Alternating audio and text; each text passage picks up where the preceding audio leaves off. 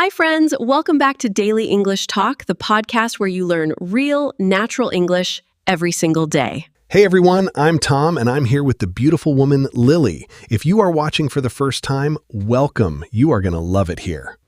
Ow, Tom, you are embarrassing me.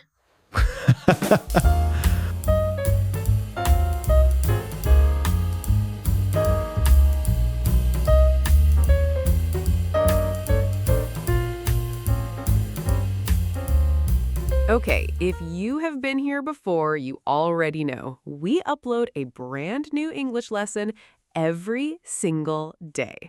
So if you have not subscribed yet, please tap that subscribe button right now. Don't miss a single lesson. Today's topic is one of our absolute favorites. We are talking about how to speak English fluently and confidently. Yes, and I have to say, Tom and I have both been through this journey ourselves. Learning to speak another language is not easy, but we have some real tips today that actually work. Tips that are fun, too. No boring grammar rules, just real, practical advice. Well, maybe a little grammar, just a little. Just a little. If you want the transcript, vocabulary, And a slow audio version, check the join button below. But before we jump in, I want to ask you something, and this is our question for today. Listen carefully. Tom made one big mistake when he first started speaking English in public. He did something that actually stopped him from improving for a long time. Can you guess what it was?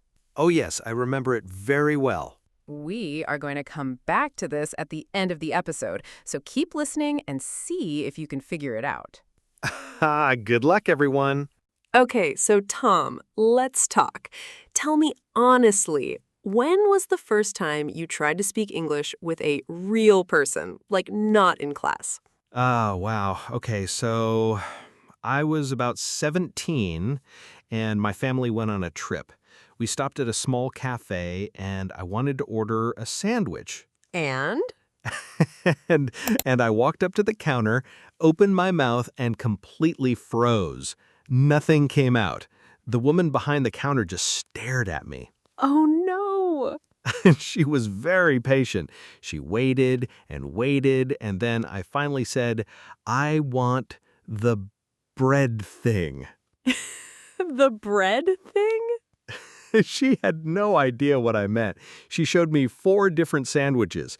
I just pointed at one and said, "Yes, please," and ran away. You ran away? I walked very quickly. Very, very quickly. Okay. I have one too. So when I was in university, I had to give a short presentation in English class. Just 2 minutes. Very simple. And how did it go? Well, I practiced it perfectly at home. Perfect pronunciation, perfect speed. I felt so good. That sounds great.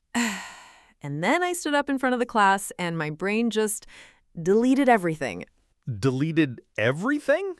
Yeah, like someone pressed the delete button. I stood there for about 10 seconds, which felt like 10 years, and then I said, "Hello, my name is Lily. Thank you." And I sat down. That was your whole presentation? I got a very sympathetic grade. Oh, Lily. It happens to everyone, honestly. And that is the whole point of today's lesson. These moments are normal, and there are real things you can do to feel more confident. All right, before our main lesson, let's look at a small but very useful grammar point, and it connects directly to speaking confidently. Today, we are talking about using I plus verb to express habits and routines. This structure is perfect for talking about what you do to practice English. For example, I practice English every morning, or I listen to podcasts when I walk. Notice the structure. Subject plus verb plus time expression. It is simple but very powerful. Now, here's something many learners get confused about. When you talk about a habit, you use the simple present tense, not the present continuous. For example, I am practicing English means right now, in this moment.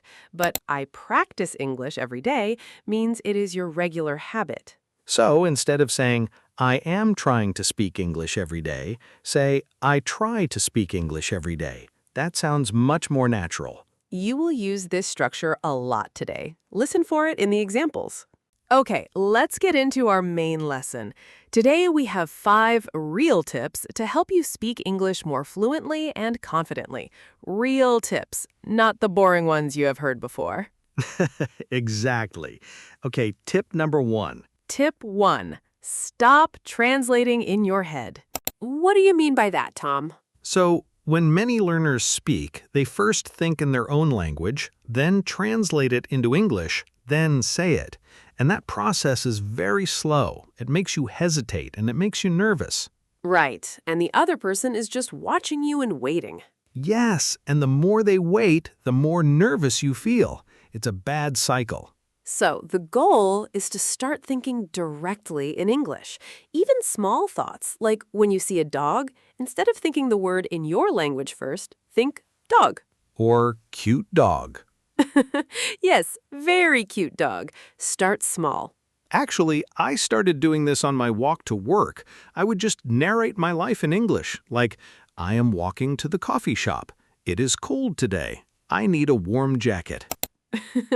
That is a little bit like talking to yourself. A little bit, but it works.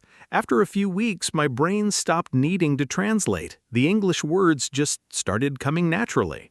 So try this today. Narrate one small part of your day in English. In your head is fine. No one has to hear it. Tip number 2. Learn phrases, not just words. Can you explain this one, Lily? Of course. So many learners spend a lot of time memorizing vocabulary lists, word by word.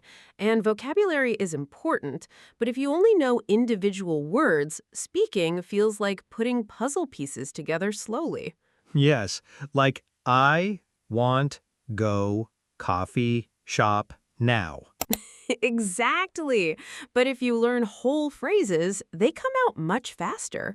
For example, instead of just learning the word agree, learn the phrase, I totally agree with you. Instead of just understand, learn, I'm not sure I understand. Can you say that again? These phrases are like pre-built sentences. You don't have to build them from zero every time. I did this when I was learning. I had a little notebook and I wrote down phrases I heard in movies, podcasts, and conversations. Not just words, whole phrases. Can you give us an example? Sure, like, that makes sense. Or, what do you think about that? Or, I've never thought about it that way. These phrases are useful in almost every conversation. So this week, every time you learn a new word, try to find one phrase that uses that word. Write it down. Practice saying the whole phrase. Your speaking will become so much more natural. Tip number 3, and this one is very important.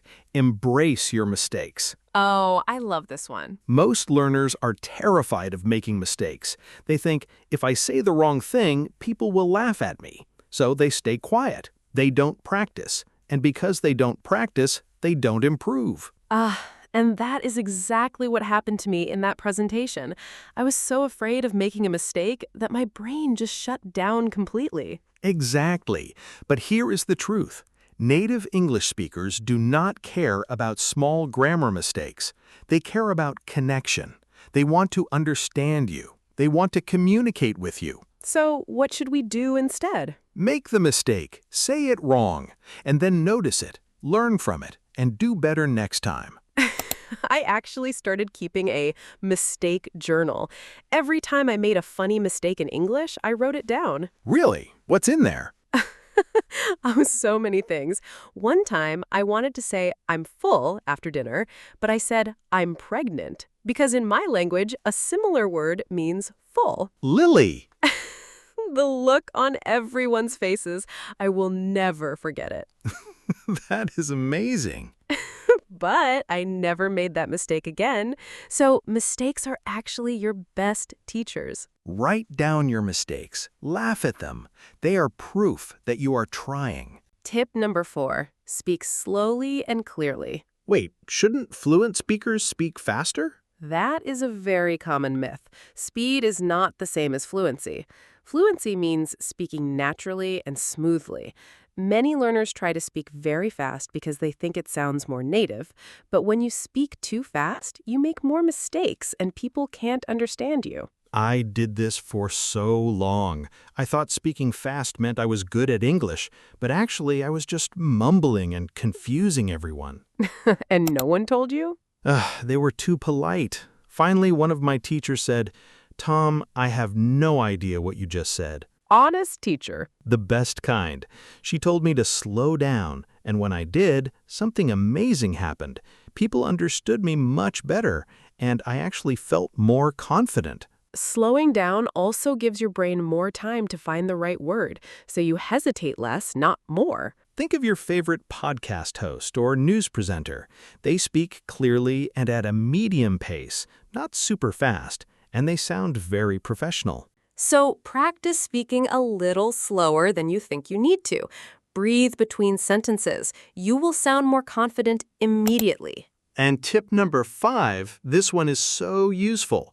Use filler phrases like native speakers. What is a filler phrase? Filler phrases are short expressions you use when you need a moment to think. Native speakers use them all the time. They are completely natural. Yes, for example, let me think about that, or that's a good question, or you know what I mean, or I'm not sure, but I think. These phrases do 2 things. First, they give you time to think. Second, they make you sound natural and fluent. Personally, I use these all the time now. Instead of going silent and looking panicked, I say, let me think, and then I have 2 or 3 extra seconds to find my words. And no one notices. They just think you're thoughtful. Exactly. You look thoughtful, not nervous. Big difference. Some other great filler phrases. What I mean is, to be honest, actually, I think, kind of like, and you know what? Practice these this week. Use them in conversations, even small ones. They will make a huge difference. And that is our lesson for today. Did you enjoy it? Let us know in the comments. Tell us, what is the hardest part of speaking English confidently for you? We read every single comment. We love hearing from you. And remember, we upload a brand new English lesson every single day. Every single day. So subscribe right now so you never miss one.